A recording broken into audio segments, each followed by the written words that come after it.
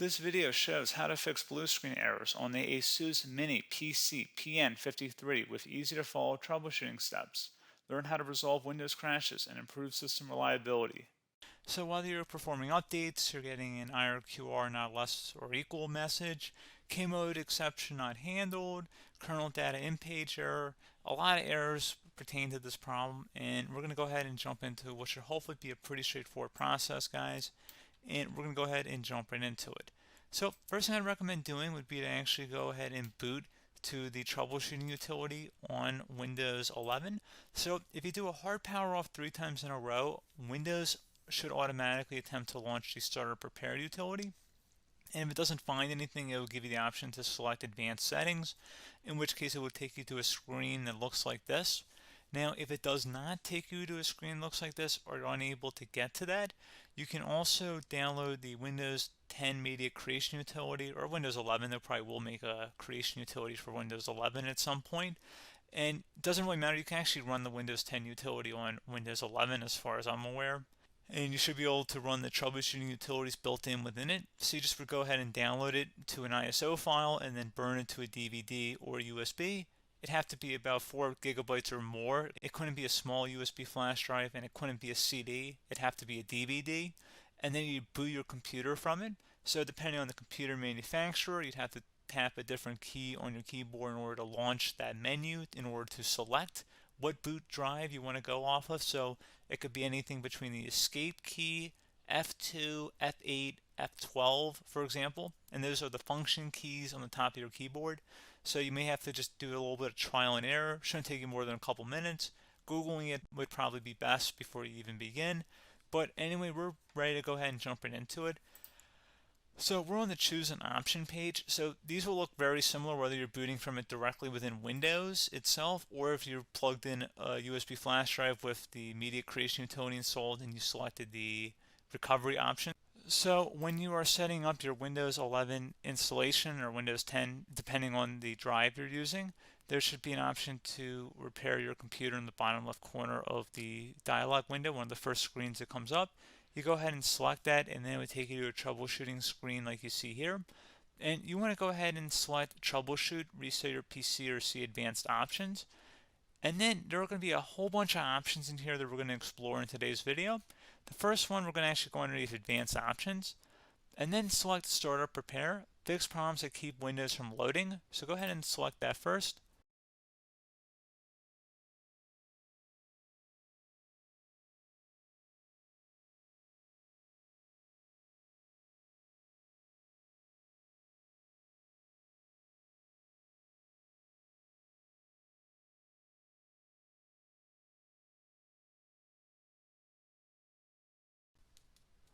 Okay, so you can see it could not repair our PC. That was our first option we could try. Something else, if we go back into advanced options here, and then select troubleshoot, we're going to go underneath advanced options again. You can go ahead and actually access safe mode by selecting startup settings. And then if you select the restart button, you have the option on the screen, select safe mode with networking, which will give you a key on the screen. It'll tell you which key to press to enter that. I believe it's the F7 key. It'll do that for you. I'm not going to go over that in today's tutorial because I don't really want to go into safe mode, but you're more than welcome to attempt that by going into here and then selecting restart. Again, it'll launch another screen. It'll say what key do you want to press, and it'll give you like 7 or 8 different options, and you want to select safe mode with networking. There's also an option for a command prompt too, but that's going to be something we're going to cover later in this video, and we don't even have to go through that in order to access it. So that's why I'm not going to really push for that, because unless you know exactly what's causing the problem, you probably don't need to go into safe mode. Unless you're trying to recover files, in which case then you definitely can go into safe mode, but we're trying to actually recover our computer here. So I hope that makes sense.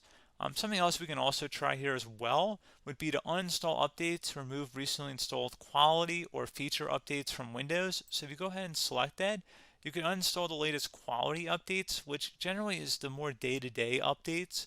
Feature updates are the less regularly released ones, like the big ones. I would equate it to service packs in like Windows 7 and Windows Vista and Windows XP. So larger updates that occur once or twice a year at most. And the quality updates are more just a regular update. So probably obviously depend. It'll take longer if you're going to try and uninstall the latest feature update versus quality update, and maybe you don't need to go back that far. So just giving you guys a couple of pointers with that. Something else you can also look at here, and we're going to jump into the command prompt in a little bit, but you can select System Restore, which will use a restore point recorded on your PC to restore Windows. And this is something I would highly recommend here, guys. So select Next. Assuming you have a restore point saved on your computer, you go ahead and select the most recently created one, and you'll select Next, and then you'll select the drive. You shouldn't actually have to select the drive. You can scan for affected programs, but we're going to keep it all default here, and then we're going to select Finish. So once started, System Restore cannot be interrupted. Do you want to continue? I think we're going to select yes. I don't think we have anything better to do on our computer right now, so just give it a moment here to initialize. It will take a couple minutes to run, obviously depending on how large your hard drive is and how much is saved on the System Restore point. So just give it a couple minutes here.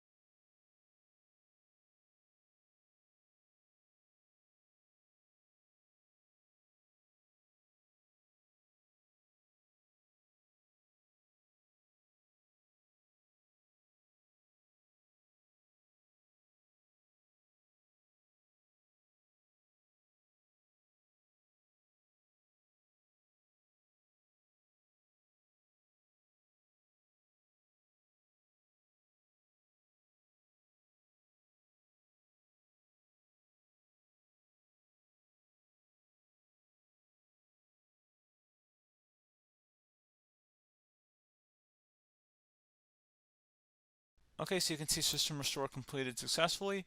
The system has been restored. Your documents have not been affected. Click the Restart button to restart your computer. Go ahead and select Restart.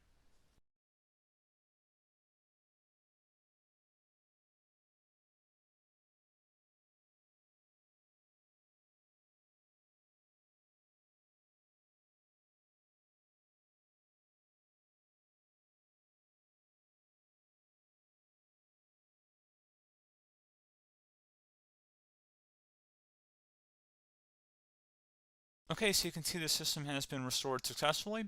We're going to go over a couple different methods in addition to that if that did not work. So I'm just going to pause the video and we're going to start back up back on the recovery screen that we started with. Okay, so a couple other things we can try here too. If you go back into troubleshoot, you can select reset your PC, while you choose to keep or remove your personal files and then reinstalls Windows. You can select to keep my files, which will remove apps and settings but keeps your personal files. You can also select remove everything, which will remove all of your personal files, apps, and settings. So this is more of a factory reset, the second option here. First option, it should not delete all of your personal files. However, it will pretty much clear most of your programs. And keep in mind, there's no guarantee that your information, number one, is even still available and easily recoverable on your computer to the point that you actually would be able to recover anything.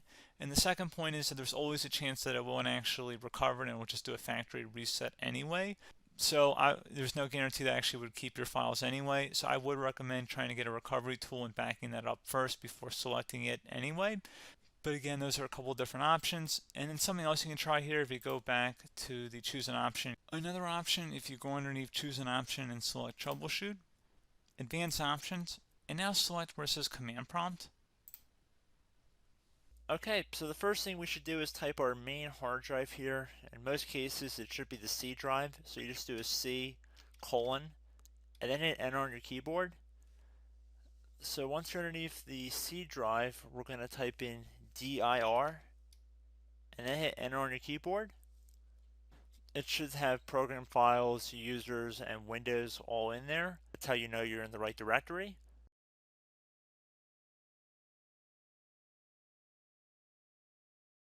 In some cases, it might be the D drive as well, so just keep that in mind.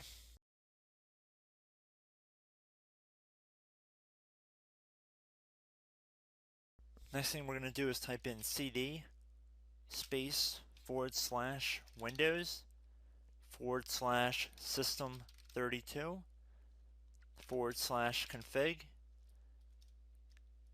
and then you're going to hit enter on your keyboard.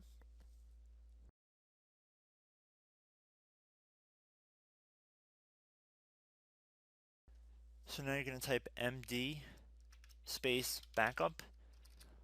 If you've seen other tutorials, it might also say to put down md backup. That's because the backup name is pretty common when you want to back something up. So you can name this whatever you want, doesn't have to be backup.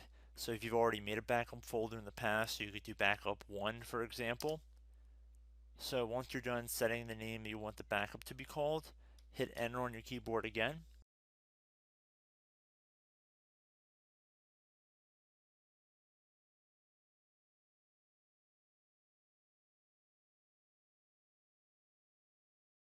At this point, you want to type copy, C-O-P-Y, space.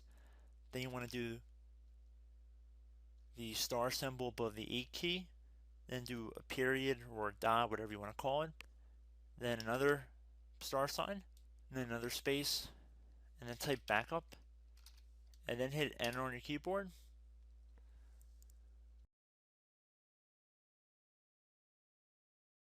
Now you want to type cd reg back, R-E-G-B-A-C-K, and then hit enter on your keyboard. So now that we are under the reg back, so now you want to type dir again, and then hit enter.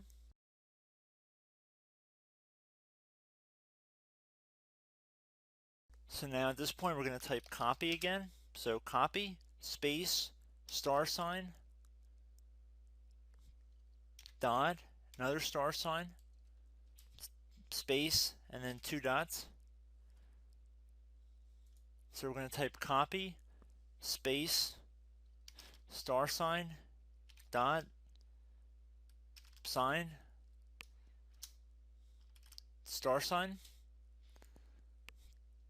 dot, dot, and then hit enter on your keyboard again. So for overwrite, you want to overwrite all. So type A on your keyboard, so capital A, and then hit enter on your keyboard.